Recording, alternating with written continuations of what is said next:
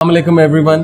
Inshallah today I'll be talking about a very sensitive issue which all of us as a youth are facing, and that is the issue of desires and how to curb desires. بہت سے ایسے since ہیں جن میں بہت سے لوگ involved ہیں. اللہ تعالیٰ ہم سب کی حالت پہ رحم فرمائے. اللہ تعالیٰ کو وہ سیکرٹ سنس پتہ ہے, اللہ تعالیٰ ان پہ عیب بھی ڈالے رکھے, پردہ بھی ڈالے رکھے. لیکن اٹ از ٹرو کہ بہت سے لوگ ان چیزوں میں انوالو ہو چکے ہیں اور they are not able to find a way out, جس کی وجہ سے ان کی انرجی بھی ڈاؤن ہے اور ان کا مورال بھی ڈاؤن ہے, موٹیویشن بھی ڈاؤن ہے, کیونکہ آبویسلی سینس جو ہیں وہ سول کو ویک بناتے ہیں, اسٹرانگ نہیں بناتے. پہلی بات دیکھیے, پہلی چیز تو یہ ہے کہ I truly understand that sometimes it becomes really hard to resist all this stuff, especially provided کہ whatever we are seeing around us is full of all the opportunities to delve deep into these things, such as billboards, TV series, movies, internet پہ one click پہ سب کچھ ہے. So I totally understand that at times it becomes really hard to resist. So what to do? میں آپ کو ایک زبردست حدیث سناتا ہوں جو آپ کو بہت ہوپ دے گی, لیکن اس حدیث سے ہمیں کیا لرن کرنا ہے انشاءاللہ we'll come to it. So the hadith goes like this: There is no believing slave of Allah except that he has a sin that he continually commits. اللہ تعالیٰ کا ایک سلیو ہے جو ایک سن کو کنٹینیوسلی کمٹ کرتا ہے, توبہ کرتا ہے, کنٹینیوسلی کمٹ کرتا ہے. From time to time, or a sin that he constantly does, ایک ایسا سن جو بار بار کرتا ہے. It never leaves him until he leaves this world. Verily the believer is created muftannan, tawwaban, nassa'an. When he is reminded, he remembers.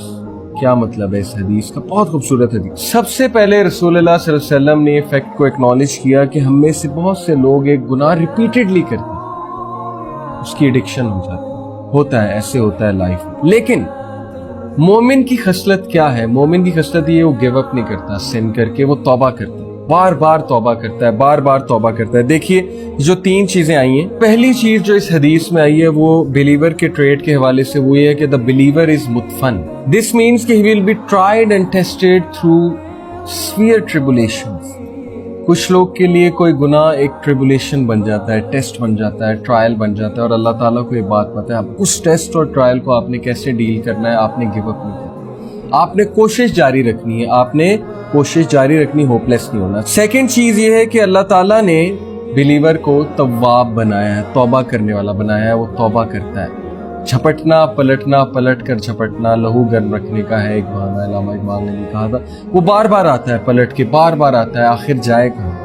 اس سے گناہ ہوتا ہے, وہ اللہ تعالیٰ کے آگے سجدہ ریز ہوتا ہے. لیکن آپ نے یہ کرنا ہے, آپ نے کبھی بھی گناہ سے اتنا مایوس نہیں ہونا کہ آپ اللہ تعالیٰ سے بات ہی نہ کریں, آپ اللہ تعالیٰ سے دور ہو جائیں اور آپ یہ سمجھنے لگیں کہ اللہ سبحانہ و تعالیٰ مجھ سے نفرت کرتے ہیں. یہ بھی نہیں کرنا, کیونکہ شیطان کا بہت بڑا ہتھیار ہے feeling of being forsaken from Almighty Allah. Believe you me, this is one of the poisonous arrows of Satan.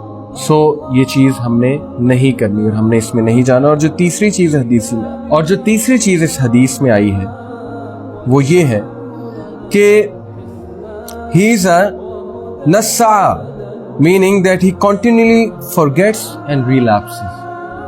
بھول جاتا ہے اور پھر ریلیپس کرتا ہے, کیونکہ obviously اس کا نفس اس پہ حاوی ہو جاتا ہے. تو یہ حدیث آپٹیمزم دلاتی ہے ہمیں اور ہمیں بہت زیادہ ہوپ فل کرتی ہے اور ہمیں اللہ تعالیٰ کی مرضی کے حوالے سے بتاتی ہے. لیکن اس کا یہ مطلب نہیں کہ ہم گناہ کرتے رہیں. جب بھی گناہ ہو ہم اس نیت سے توبہ کریں کہ ہم آئندہ نہیں کریں, اور ہم ضرور کریں, ہم کبھی بھی ہوپ لیس نہ ہو سچویشن سے, اور اللہ تعالیٰ ضرور ہمیں اس گناہ سے بھی نکالیں گے. ضرور اللہ تعالیٰ ہمیں اپنے مقربین سے بھی جوڑ دیں گے, ضرور اللہ تعالیٰ ہمیں اپنے مقربین میں بنا لیں گے.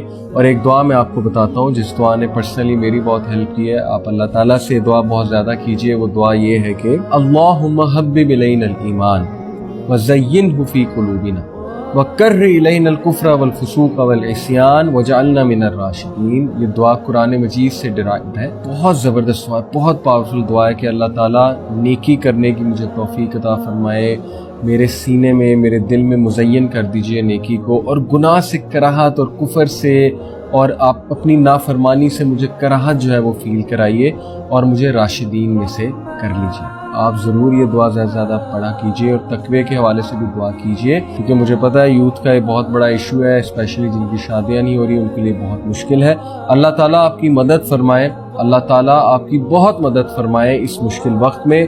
اللہ تعالیٰ ہمیں ایک ایسی سوسائٹی بنانے کی توفیق عطا فرمائے جو کہ یوتھ کے لیے آسانیاں پیدا کرے اور نکاح کو آسان بنائے، اور جیسے کہ آج کل نکاح مشکل بن گیا ہے، ہمیں اس ساری چیزیں چینج کرنے کی اللہ سبحانہ و تعالیٰ توفیق عطا فرمائے۔ اسی کے ساتھ اجازت چاہتا ہوں، جزاکم اللہ خیر، السلام علیکم ورحمۃ اللہ۔